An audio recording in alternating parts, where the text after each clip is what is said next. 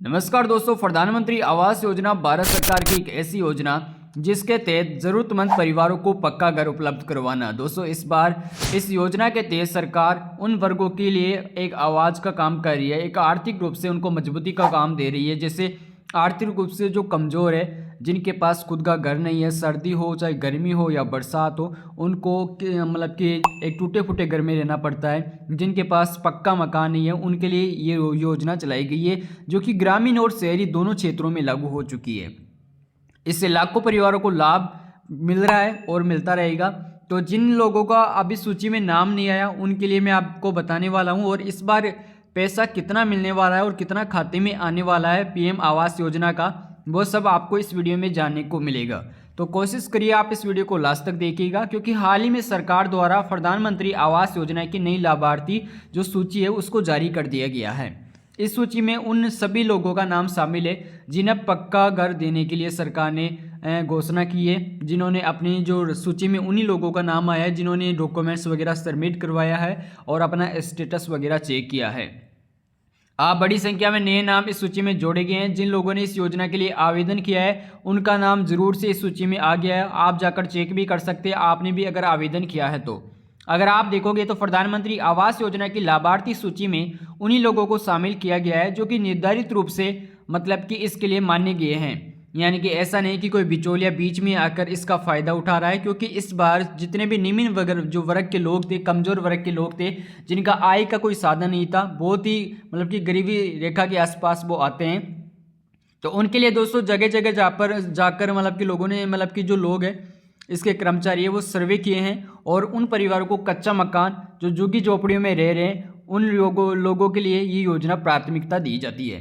इस योजना का लाभ लेने के लिए दोस्तों आपको क्या करना है, सबसे पहले मैं आपको बता दें पक्का मकान नहीं है उन्हीं लोगों के लिए ये योजना चलाई गई है। इसके अलावा जिनकी वार्षिक आय एक निश्चित सीमा तक अधिक नहीं है, यानी कि बहुत ही कम आय वाले लोगों के लिए ये योजना चलाई गई है। और इसका पैसा सीधा आपके बैंक खाते में डीबीटी के जरिए ट्रांसफ़र किया जाएगा, जिससे कोई भी बिचौलिया आपका पैसा बीच में नहीं खाएगा।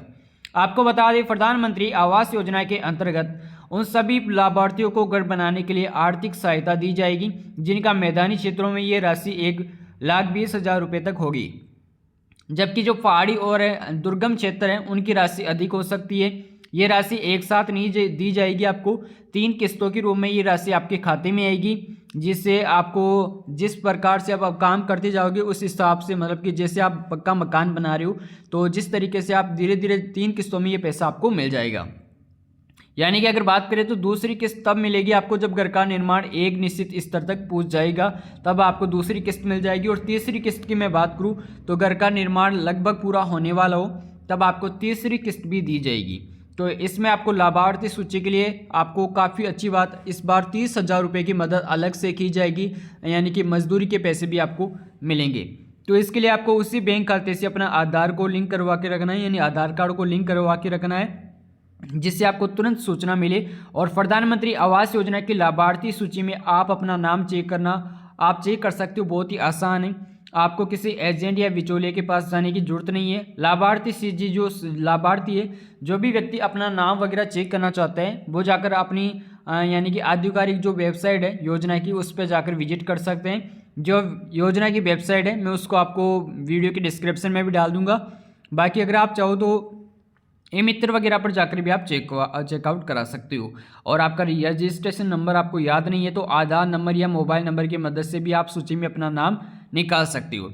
कुछ राज्यों में ग्राम पंचायत या नगर पालिका के कार्यकालों में ये सूची लगाई जाती है। लाभार्थी वहां जाकर भी अपना नाम देख सकता है। इसके अलावा नज़दीकी जो कॉमन सर्विस सेंटर होते हैं जैसे ई मित्र वगैरह आप बोलते हो, वहाँ पर भी आप जाकर 10-20 रुपये लेगा, वो आपका नाम वगैरह चेक करके आपको बता देगा। अगर किसी व्यक्ति ने आवेदन किया था लेकिन उसका नाम लाभार्थी सूची में नहीं आया तो घबराने की कोई भी आपको ज़रूरत नहीं है। कई बार दस्तावेजों में कमी या गलत जानकारी की वजह से भी आपका जो फाइल वगैरह है वो रिजेक्ट हो जाता है, तो आप दोबारा से दोबारा से प्रयास कर सकते हो। आप अपने जो भी स्टेटस वगैरह है उसको चेकआउट कर सकते हो और फिर से आवेदन आप कर सकते हैं।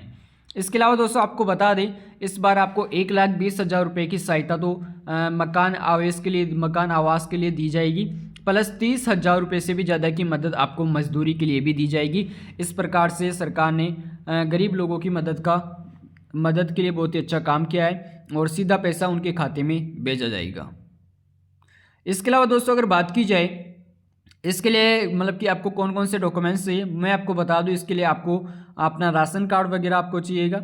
इसके अलावा दोस्तों आपको आधार कार्ड वगैरह है वो आपको चाहिएगा। इसके अलावा जाति प्रमाण पत्र, पासपोर्ट साइज फ़ोटो होना चाहिए आपका और निवास प्रमाण पत्र आपका होना चाहिए। उसके बाद में आप आवेदन कर सकते हो। धन्यवाद।